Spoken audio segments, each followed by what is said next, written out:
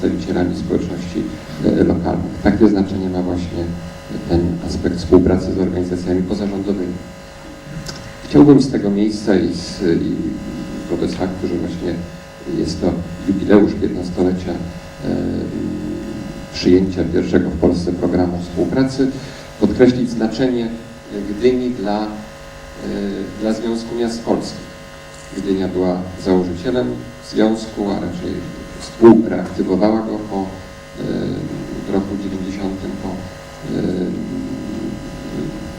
W roku 90 pani prezydent Franciszka Cegielska była wiceprezesem, a po jej śmierci pan Stanisław Szwabski na kolejnych od kilku kadencji jest już przez członków wybierany do zarządu, więc widać, iż członkowie Związku Miast Polskich, ponad 300 miast, mają do Gdyni zaufanie. Dziękujemy za to bardzo. Gdynia również współkształtuje poprzez właśnie udział swoich przedstawicieli naszą związkową politykę wobec współpracy z organizacjami pozarządowymi. Staramy się przyjmować dokładnie te same zasady, jakie Państwo propagujecie jako swoje. Wyrazem tego jest również fakt, że to pierwsze spotkanie grupy doświadczeń postanowiliśmy zrobić niejako w trakcie albo w połączeniu z Państwa konferencją. To prowadzi mnie do jakby następnego aspektu, mianowicie roli współpracy, roli organizacji pozarządowych w zarządzaniu naszymi samorządami. Ta rola jest bardzo znacząca i wzrastająca i mówię to z pełną świadomością, ponieważ tak samo jak większość osób, które dzisiaj będą przemawiały lub będą przemawiały, ja tak naprawdę również wywodzę się z ruchu pozarządowego i dopiero w następnym kroku trafiłem do samorządu i w kolejnym kroku pracuję dla Związku Miast Polskich. Mój własny samorząd to Podkowa Leśna, mała obywatelska Podkowa Leśna pod Warszawą, gdzie ta problematyka, o tym zaraz powiem, jest bardzo dobrze znana i praktykowana.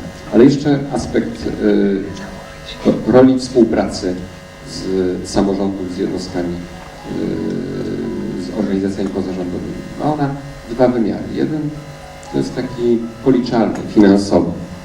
Z jednej strony możemy być bardzo zadowoleni. Przekazujemy już bowiem samorządom ponad 1,5 miliarda. Nie, samorządy przekazują organizacjom pozarządowym już ponad 1,5 miliarda złotych. To bardzo poważne pieniądze wspierające działalność naszych organizacji. Ja na co dzień też jestem członkiem 2 organizacji we własnej gminie. Z drugiej strony to jest ciągle tylko około 1% budżetu. To jest taki średni wynik w Polsce. Gdynia ma w tym roku dobrze ponad 2% i to jest jeden z lepszych wyników. Także to jest jak gdyby wskaźnik tego zaawansowania tego procesu właśnie tutaj w Gdyni. Ale ten aspekt finansowy nie jest bynajmniej najważniejszy. Ten pozafinansowy jest znacznie ważniejszy. To jest to budowanie zaufania, ta partnerska współpraca, która pozwala realizować taki paradygmat współrządzenia. Jest kilka teorii w administracji publicznej, nie wchodząc w to, taką ostatnią robiącą karierę w kategorii nowomowy, ale teraz chodzi o to, żeby tą nowomowę przełożyć na realia, to jest właśnie współrządzenie, governance. Proszę Państwa, to, czym dzisiaj zajmujemy, to jest właśnie ta najlepsza emanacja współrządzenia.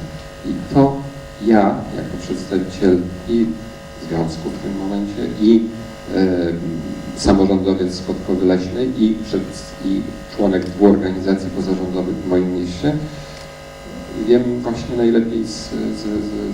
najlepiej obserwowałem to i na tym się jakby wychowywałem w swoim własnym mieście.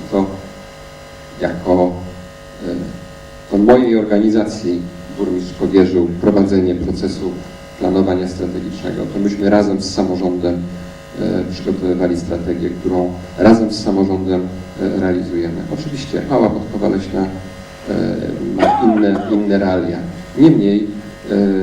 Niemniej to jest taki skrajny przykład, jak to organizacje pozarządowe są w stanie realizować bodajże co najmniej 1/3 zadań w strategii.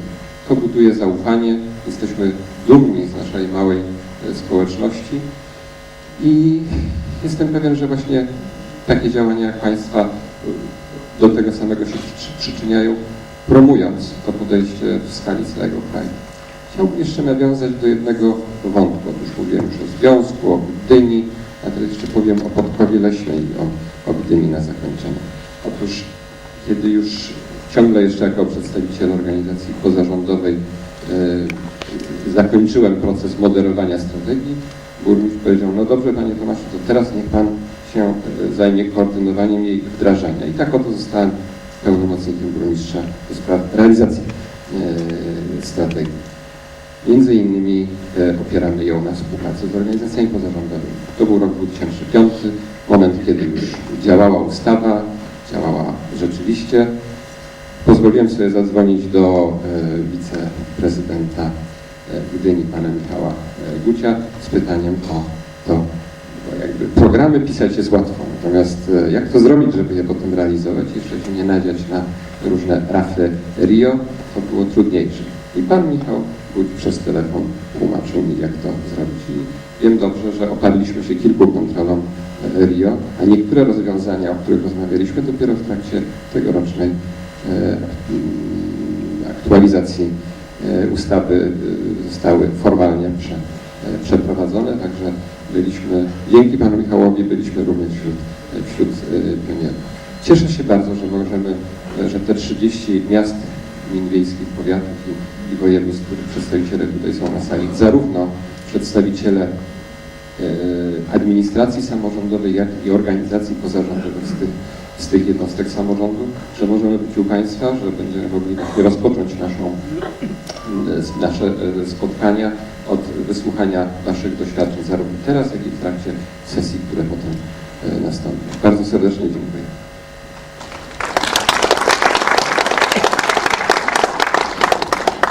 Dziękujemy bardzo. Proszę Państwa, teraz przejdziemy już do części tak naprawdę wykładowej.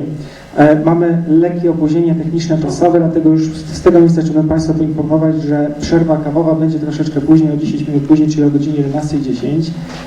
Niestety w piątek dowiedzieliśmy się również o konieczności wykonania małej zmiany w programie, dlatego że Pan Dyrektor Departamentu niestety nie mógł nas dzisiaj zaszczycić obecnością.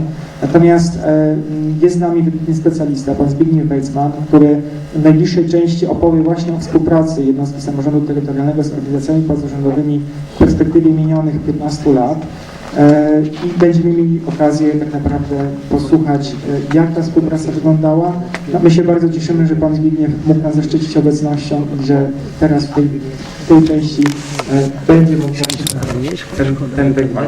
Ja Państwa o godzinie 11:10 zapraszam na przerwę. Po godzinie 11:10 po przerwę będziemy musieli również skrócić o kilka minut.